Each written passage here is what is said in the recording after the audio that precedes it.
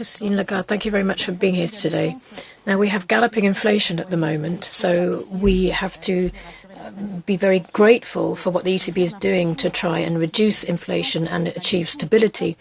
However, we can see that these measures have an effect on the daily life of our citizens.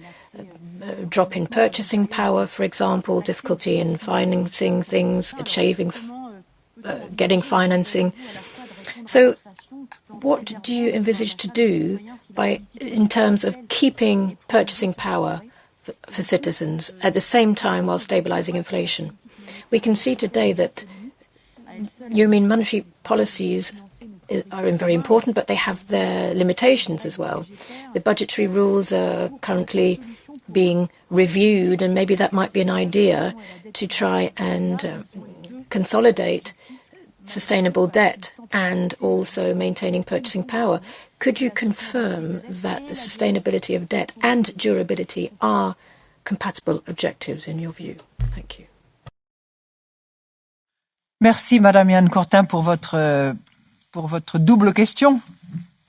Thank you very much for that question. To English for a second.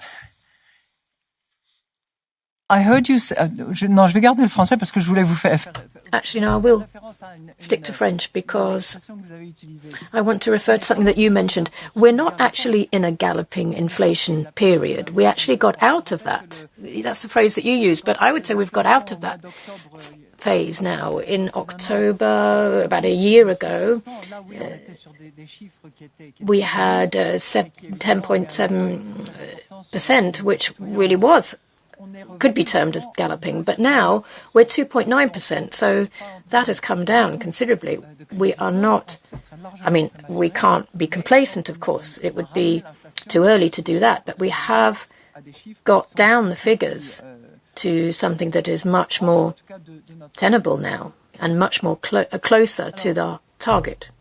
Bien entendu. Now, of course, this has an impact.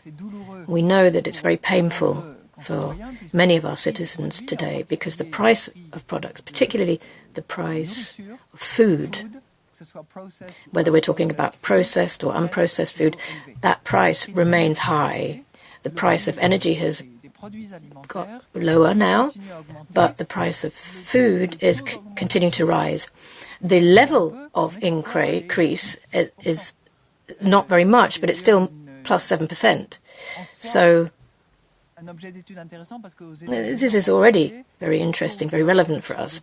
In the USA, the increase of food prices is less. So we can come back to that question later. But of course, we're very aware that this is a burden for our citizens.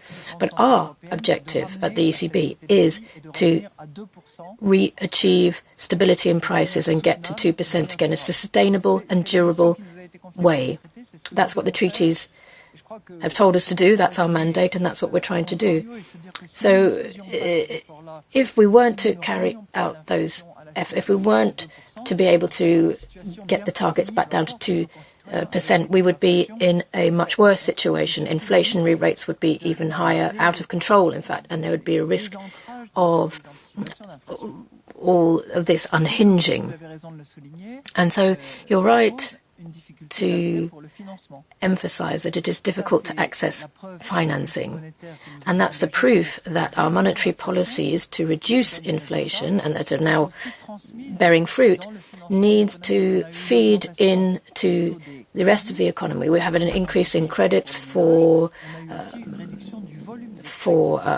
businesses, but also for homes, and that affects loans. And we are trying to therefore reduce inflation by slowing down the cost of loans. Sustainability and durability. So debt sustainability and durability of these measures. Well, what we're trying to achieve is, of course, reduce inflation, which has to be brought down to that target of 2%. And, of course, it's up to public finances to adjust accordingly to make sure that there's sustainable debt and that public finances remain disciplined. Thank you. Thank you very much.